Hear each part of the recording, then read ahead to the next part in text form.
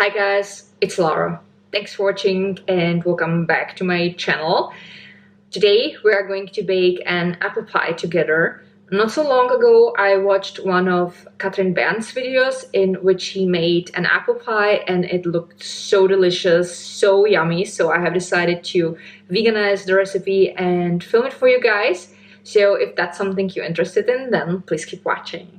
Let's have a look at the ingredients and we're gonna start with the apples. I personally like for anything baked rather apples that are quite sour, so I have here 2 Granny Smith apples. I find that when you have a batter that is already sweet, that in combination with rather sour apples, it kind of creates a nice rounded taste. That's just my preference. If you don't like that, you can of course use any other apples, but I personally prefer either Pink Lady or summer apples that are quite sour or Granny Smith. And here we have the other ingredients. So I have here 1.5 cup all-purpose flour, 1 cup sugar. If you want the cake to have fewer calories, you can use, for example, Stevia or Erythrite or birch sugar. And then I have here 2 tablespoons flax seeds. Here we have about 3 tablespoons brown sugar, that's then for the top. And here is 1 baggie vanilla sugar and 1 teaspoon baking powder. And then I have here 1/2 cup of almond milk and 1 cup almond yogurt. You could use any other non-dairy milk you like, and for example coconut yogurt. And last but not least, I have here cinnamon, which I will need in order to sprinkle it on the top before we put the delicious summery cake in the oven. So first I will combine all the dry ingredients. So here we have the flour, the sugar, flax seeds, and then I'll add the baking powder and the vanilla sugar, and I will stir it nicely.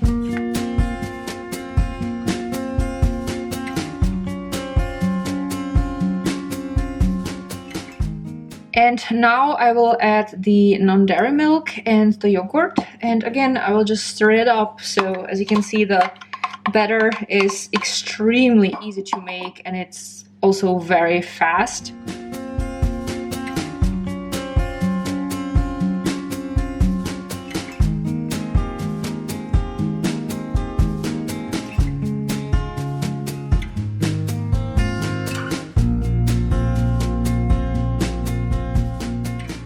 Now let me show you the consistency. So the batter is rather creamy, so you can easily pour it into a pie form.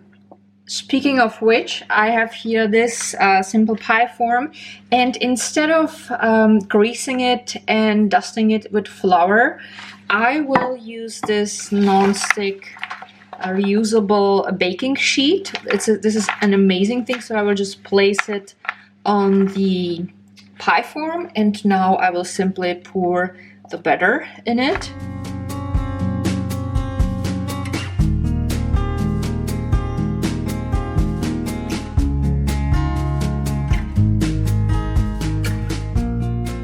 And now I will nicely spread it over the entire form.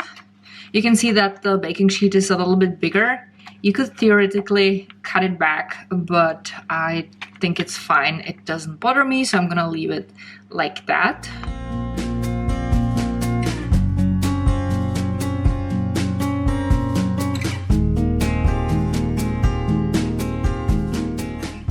You should try to spread the pie batter as equally as possible so that the pie would be everywhere the same height.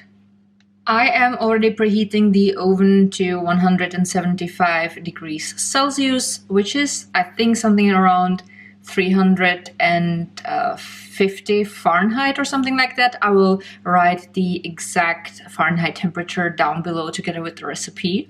And now I will put the batter aside and we are going to cut the apples into slices.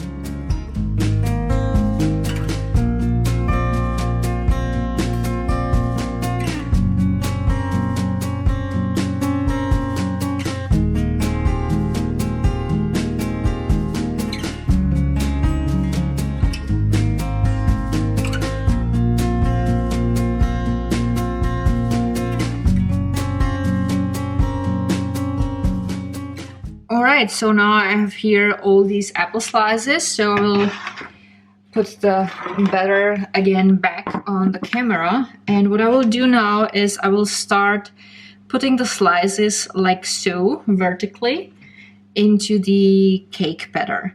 Now the slices stick out right now because the cake batter did not rise yet, but don't worry, it's gonna rise in the oven and then the apple slices will be covered as well.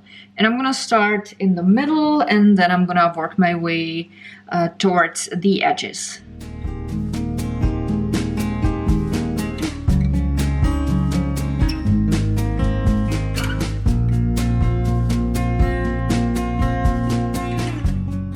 Now what works for me the best is to kind of spread the apples with a little bit bigger spaces, and then when I'm done, then I'll always add the remaining apple slices into the spaces that are, in my opinion, a little bit too big, because I like it to be very dense. I like to have a big portion of apple in the apple pie. So this is what it looks like right now.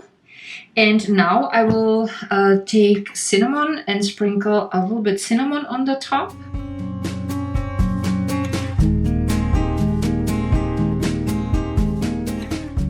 And then I have here brown sugar.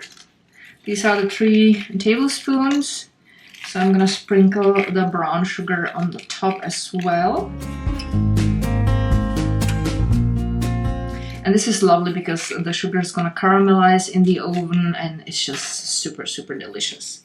All right, the pie is ready, so I'm gonna put it in the oven for about 1 hour and 10 minutes.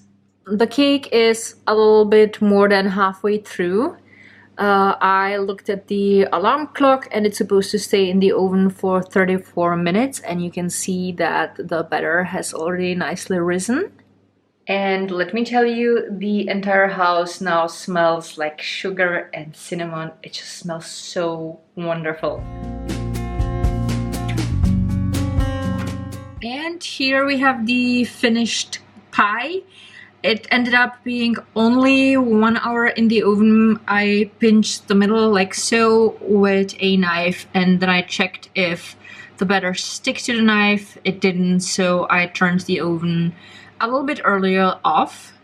And what I like doing is grabbing the reusable baking sheet and carefully lifting the pie from the pie form, and I like putting it on a cutting board so that it gets a little bit more air so that it can cool off a little bit faster.